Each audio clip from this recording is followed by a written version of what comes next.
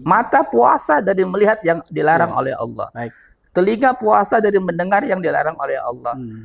Mulut puasa dari berbicara yang mengandung dan mengundang dosa. Ghibah, fitnah, caci maki.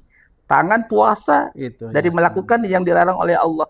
Kaki pun ikut puasa. Subhanallah. Melangkah ke tempat-tempat yang maksiat agar dihindarkan, ditahan. Puasa untuk tidak melangkah ke tempat-tempat maksiat. Itu hakikat puasa. Itulah sebenarnya nantinya akan memiliki efek yang luar biasa.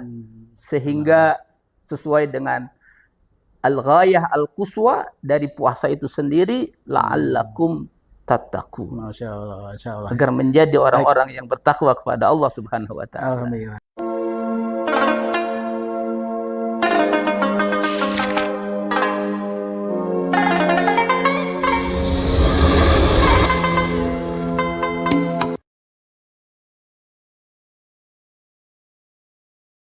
Assalamualaikum warahmatullahi wabarakatuh. Alhamdulillah, terima kasih pemirsa. Kita berjumpa kembali di podcast Majelis Ulama Indonesia Kota Depok. Insya Allah hari ini kita hadirkan narasumber kita yang sudah tidak asing lagi, Kiai Haji Arif Rahman Hakim. Insya Allah sebagai narasumber di acara podcast hari ini. Assalamualaikum Kiai. Waalaikumsalam warahmatullahi wabarakatuh. Alhamdulillah sehat. Sehat ya Kiai ya? Sehat, alhamdulillah. Ya udah lama ketemu, sekarang baru ketemu lagi. Alhamdulillah. Iya. Iya pemirsa, insya Allah hari ini kita akan menyampaikan satu tema dalam dialog interaktif kita di podcast Bincang Ulama Majelis Ulama Indonesia Kota Depok, yaitu dengan tema keagungan Ramadan. Ya. Sebelum tema ini kita bahas bersama Kiai Murabi kita, silakan Kiai menyapa dulu pada pemirsa ini. Assalamualaikum warahmatullahi wabarakatuh. Waalaikumsalam warahmatullahi wabarakatuh. Dalam kesempatan yang baik ini bisa hadir dalam program podcast Infocom Majelis Ulama Indonesia Kota Depok. Semoga selalu mendapatkan keberkahan. Amin, amin, amin. Ya. Pemirsa, insya Allah kita akan bincang langsung dengan ulama kita hari ini yang hadir dari Ketua Majelis Ulama Indonesia Kecamatan Pancoran Mas. Ya, lupa kirain di luar Jawa gitu. Ya, kalau kita membahas tentang keagungan Ramadan ini, intinya keagungan Ramadan itu seperti apa, Ki? Baik. Bismillahirrahmanirrahim. Alhamdulillahirabbil alamin wassalatu wassalam ala asrafil anbiya wal mursalin wa ala alihi wa ashabihi ajmain. Tatkala di akhir Sya'ban, dalam sebuah riwayat hadis, Rasulullah sallallahu alaihi wasallam bersabda, "Qad azallakum syahrun azimun mubarakun, syahrun fi lailatun khairum min alfi syahrin. Ja'alallahu syiyamahu faridatan wa qiyama lailihi tatawwu'an. Man taqarraba fi bi khaslatin minal khairi kana kaman adda faridatan fi ma siwahu wa man adda faridatan fihi kana kaman adda sab'ina faridatan fi ma siwahu." Sesungguhnya akan datang kepada kalian syahrun azimun, bulan yang agung, bulan penuh dengan berkah, yaitu bulan Ramadan. Di dalamnya terdapat satu malam lebih baik dari 1000 bulan, yang disebut dengan Lailatul Qadar. Allah wajibkan puasa di bulan Ramadan. Dan Allah sunahkan untuk tatawu'an, melaksanakan ibadah-ibadah sunnah, tarawih, witir, dan lain sebagainya. Karena nilai daripada melaksanakan kewajiban atau fardu di bulan Ramadan ini dilipat gandakan pahalanya sab'ina faridatan, sampai 70 kali fardu. Masya Allah, Masya Allah. Dan bila mengerjakan amalan yang tatawu, yang sunnah, dilipat gandakan seperti fardu. Dan itu tidak ada kecuali di bulan Ramadan ini. Bulan yang agung, bulan yang mulia. Dan Ramadan sendiri sebenarnya kayak di samping bulan agung, bulan yang mulia, itu juga bulan penuh berkah ya. Betul. Ya. Kalau pengertian berkah sendiri sebenarnya realnya seperti apa sih, Kiai? Bisa disampaikan pada jamaah ini? Secara umum, barokah itu adalah ziyadatul khair. Jadi dalam Ramadan ini banyak kebaikan-kebaikan yang bisa dihasilkan.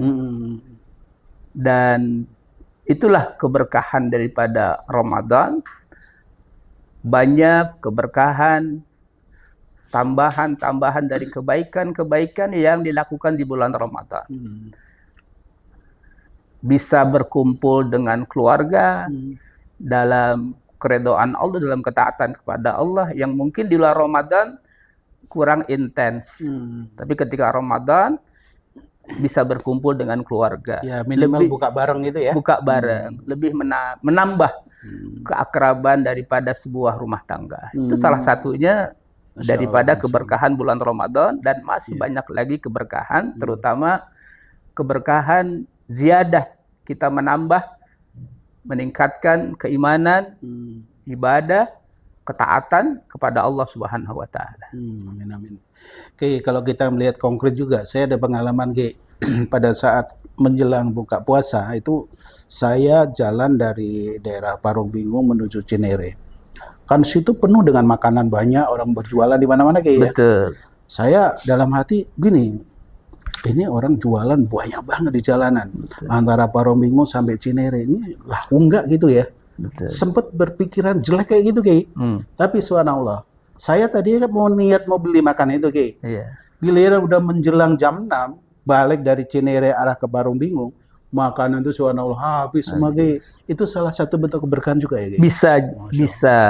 Itulah keberkahan daripada bulan Ramadan. Banyak orang yang bisa menambahkan penghasilan, bisa membuat usaha-usaha secara keberkahan duniawi, apalagi keberkahan ukhrawi nanti.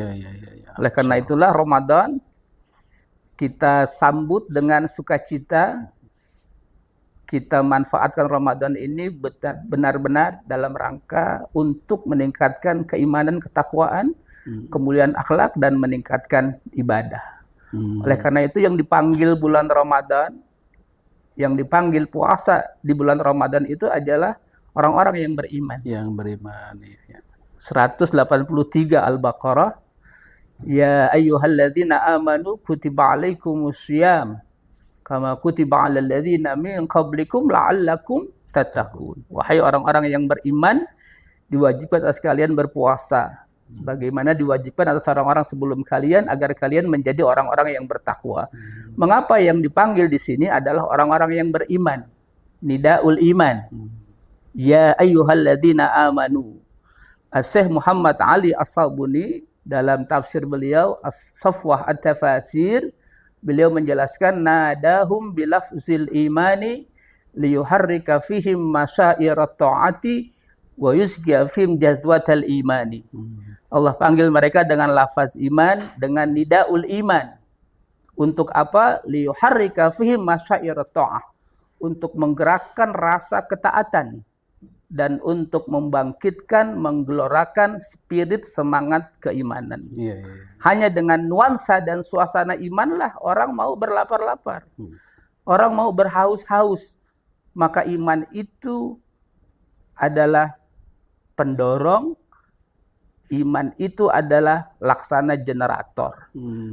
Maka Ramadan dihadapi dengan sukacita, tentu saja didasarkan semua pada keimanan kepada Allah Subhanahu wa taala. Oleh karena itulah hadis Nabi mengatakan man shoma ramadhana imanan wahtisaban. Siapa orang yang berpuasa di bulan Ramadan. Dalam riwayat yang lain man qama ramadhana, siapa yang menghidupkan Ramadan dengan ibadah-ibadah, dengan amal-amal saleh, dasarnya imanan. Karena iman. Jadi bukan hanya sekedar euforia atau sekedar ikut-ikutan atau malu sahabat teman di kantor atau tetangga. Itu bukan karena iman dasarnya. Dan yang kedua ihtisaban. Hanya ingin cari ridhonya Allah. Apa janji Nabi? Ghufirallahu ma taqaddama min dzambi diampuni dosa-dosanya yang telah lalu. Tapi faktanya Ki, kalau di kondisi di zaman sekarang Ki, di bulan Ramadan tuh bagi yang merasa dipanggil, bagi yang beriman, otomatis akan menjalankan dengan baik ya Ki, Betul. bahkan meningkatkan ibadahnya. Tapi juga ada yang cuek Ki. Ada yang cuek, puasa ngerokok, ada yang puasa itu yang di warung bergantungan itu, Ki, bawahnya itu. Ya, ada gitu. Itu kan fakta ya Ki ya. Bagaimana Ki untuk memberikan nasihat pada jamaah, pada umat muslim? Iya, makanya menghadapi Ramadan itu perlu ada persiapan. Sebagaimana orang ketika bertanding dalam sebuah pertandingan, dia ada persiapan. Iya. Mulai bulan Rajab, kemudian Sya'ban, maka disebut Syahrul Rajab, Syahrul Badri, bulan untuk menanam, menebarkan benih. Wa Syahrul Sya'ban, Syahrul Saqyi, menyirami benih yang disebarkan itu. Wa Syahrul Ramadan, Syahrul Al-Qatfi, memetik hasil. Jadi persiapan Ramadan itu idealnya adalah sudah dipersiapkan 2 bulan sebelumnya. Disitulah nanti yang akan memberikan hasil luar biasa ketimbang orang yang tidak ada punya persiapan.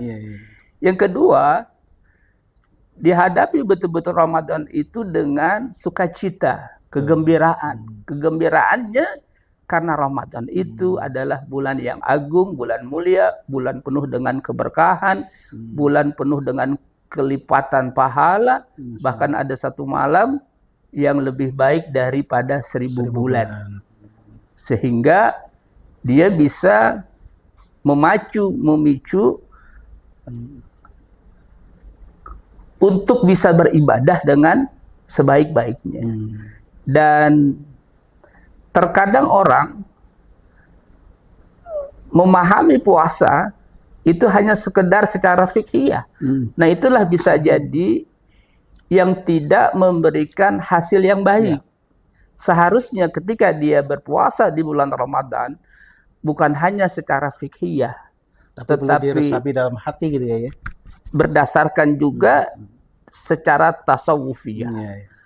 Kalau secara fikhiyah itu kan definisi puasa di bulan Ramadan itu adalah al-imsaku minal akli wasyurbi wal jima wa jami'al mufattirat min tulu'il fajri ila ghurubi syamsi biniyatin makhsusah. Secara syar'i, secara istilahi, puasa itu menahan dari makan, minum, jima, dan semua yang membatalkan puasa dari terbit fajar sampai terbenam matahari dengan niat yang khusus.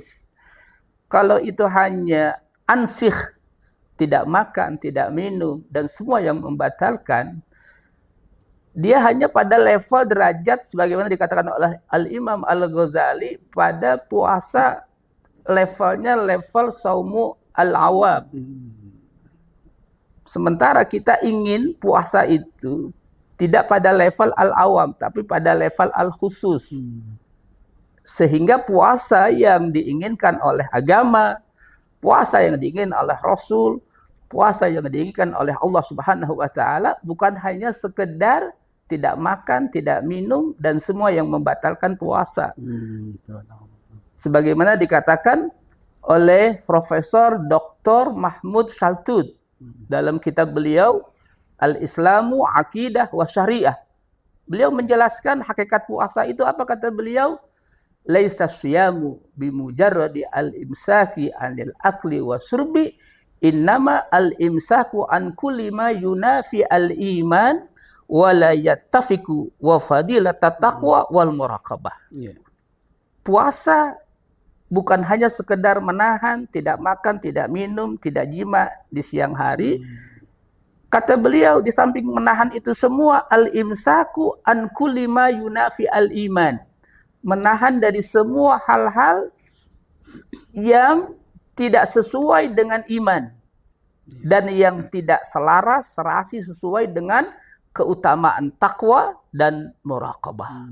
merasa diawasi oleh Allah. Ya. Itulah nanti puasa yang bisa memberikan efek yang menghasilkan output la'allakum tattaqun, menjadi orang-orang yang bertakwa. Oleh karena itulah puasa yang selama ini mungkin hanya sekedar tidak makan, tidak minum, perlu di-upgrade. Ya. Perlu di-update yang bagaimana? Kata Nabi, idza sumta falyasum jawarihuka. Kalau Anda puasa, puasakanlah anggota badan Anda. Mata puasa dari melihat yang dilarang Allah. Jadi bukan sekedar kita menahan lapar dan haus, betul, tapi sebenarnya menahan semua, ya nafsu semua, nafsu birahi, nafsu macam-macam ya, termasuk mata, termasuk telinga dan semuanya itu ikut puasa. Ikut juga, puasa. Ya? Mata puasa dari melihat yang dilarang oleh Allah. Baik. Telinga puasa dari mendengar yang dilarang oleh Allah. Mulut puasa dari berbicara yang mengandung dan mengundang dosa, ghibah, fitnah, caci maki. Tangan puasa dari melakukan yang dilarang oleh Allah. Kaki pun ikut puasa. Subhanallah. Melangkah ke tempat-tempat yang maksiat agar dihindarkan, ditahan. Puasa untuk tidak melangkah ke tempat-tempat maksiat. Itu hakikat puasa. Itulah sebenarnya nanti akan memiliki efek yang luar biasa. Sehingga sesuai dengan al-ghayah al-quswa dari puasa itu sendiri, la'allakum tattaqun. Masya Allah, Masya Allah. Agar menjadi orang-orang yang bertakwa kepada Allah Subhanahu wa taala. Alhamdulillah. Terima kasih Pak Ki. Baik. Insya Allah ini jadi apa ya? Jadi mengingatkan pada jamaah, pada pemirsa yang belum paham tentang apa itu arti puasa.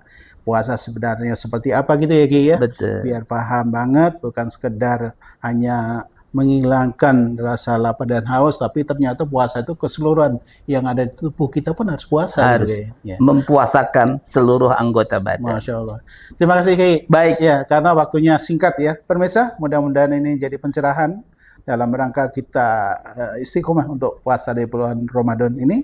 Insya Allah semua mendapatkan keberkahan dari Allah Subhanahu wa taala. Amin ya rabbal alamin. Kurang lebihnya mohon maaf lahir batin. Assalamualaikum warahmatullahi wabarakatuh. Waalaikumsalam warahmatullahi wabarakatuh.